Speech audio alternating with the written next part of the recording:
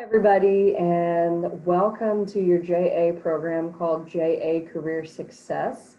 This is session 3. My name is Megan Jaspersen, and I work for Purdue Extension in Perry and Spencer counties as the Health and Human Sciences educator.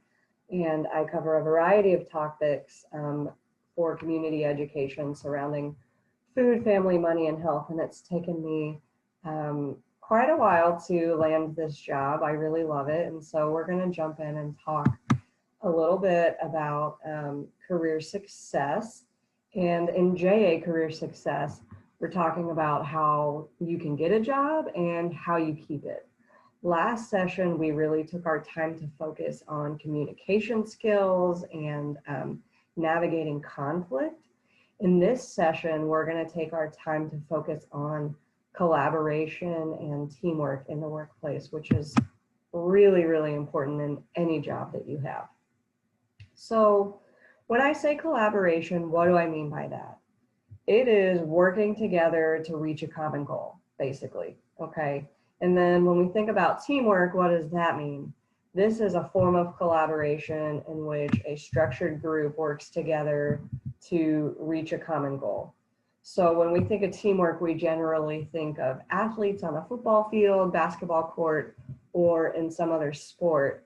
But I'm here to tell you that teamwork and being a team player are key skills required in nearly all workplaces, and you will absolutely utilize these in any job that you have. Even in our world today where a lot more remote work is happening, there is still a lot of teamwork going on. So these are important skills to learn. All right, here's a question. Have you ever been in a group in which you had to do all of the work? You get that dreaded group project and you know that you're going to be pulling all the weight. Or have you been in a group where you've had a person in that group that would not let anybody else do any of the work? On the flip side, both of these situations can be super frustrating. Once you get out of school and into a job, you are likely going to be working on some sort of team. For example, even the best chef in the world cannot succeed without a team of cooks, servers, and hosts. So whether you're the hotshot and the leader on the team or just a side player in that group, you're likely going to be working with a team. I use teamwork in my job all of the time. I work with a group of educators that do the same job that I do in different counties around our area. I work on statewide teams. We're currently working on a statewide team to develop some workplace wellness programs right now. I work in teams within my own office there in Perry County with other educators who are focusing on different topics such as ag and natural resources and 4-H. So teamwork happens all the time in my job, and in most other jobs, that's the case as well. This is why employers want workers who can function on a high-performance team. A high-performance team is a goal-oriented group that produces superior results through collaboration and creativity. So basically, it's a team that has nailed it. They get it. They work really well together. High-performance teams can use the grippy model to increase their effectiveness of their work. Grippy is an acronym that stands for goals, roles and responsibilities, processes, and interpersonal relationship skills. Let's break this down and look at each one of these because they're all really important. So when we talk about goals, it's good to think about, does your team have clear goals? What are you all working towards? And do all team members understand the goals? Is everybody on board? Do they all understand what the overarching objective or the big picture is? What is your team working towards? Okay, let's jump into the R, roles and responsibilities.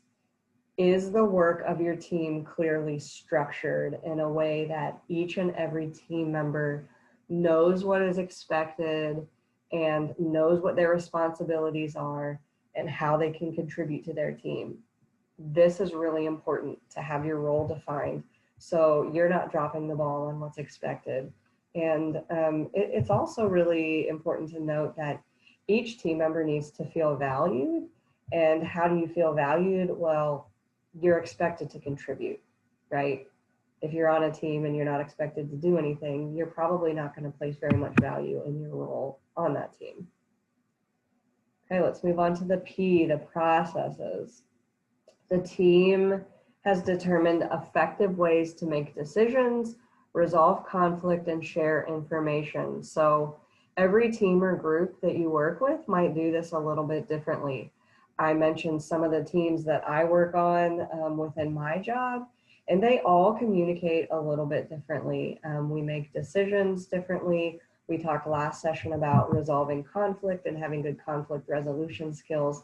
And I gave the example of one of my coworkers in a northern county leaving a meeting early. That is not part of our process of how we resolve conflict. So it's important that the processes are laid out and understood by every team member. And then interpersonal relationship skills are really important if you're going to be a part of a high performance team.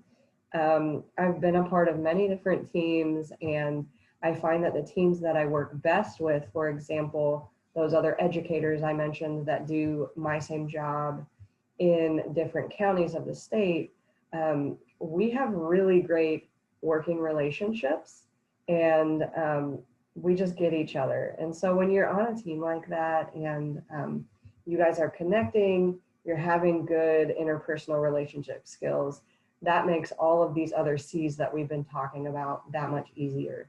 Communicating, creativity, collaboration, okay? And it really just boils down to, can your team members positively relate to one another? This is going to be really important for a high functioning team. Okay, so in review, very few businesses can function with only one person.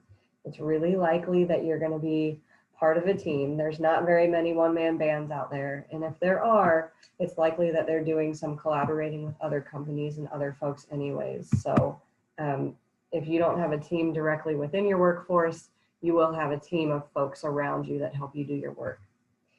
Most jobs require working with others, and companies are really interested in hiring employees who know this and who understand this concept of teamwork and contributes to high performance teams.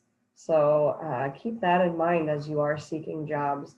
Make sure that you have examples of ways that you can demonstrate that you've been a good team player. In our next session, we are going to learn about the set of skills needed to be successful in the workplace called soft skills. So we'll touch on that for our next session. For now, you're going to jump into an activity about good team building skills. So until next time, thanks for your attention, and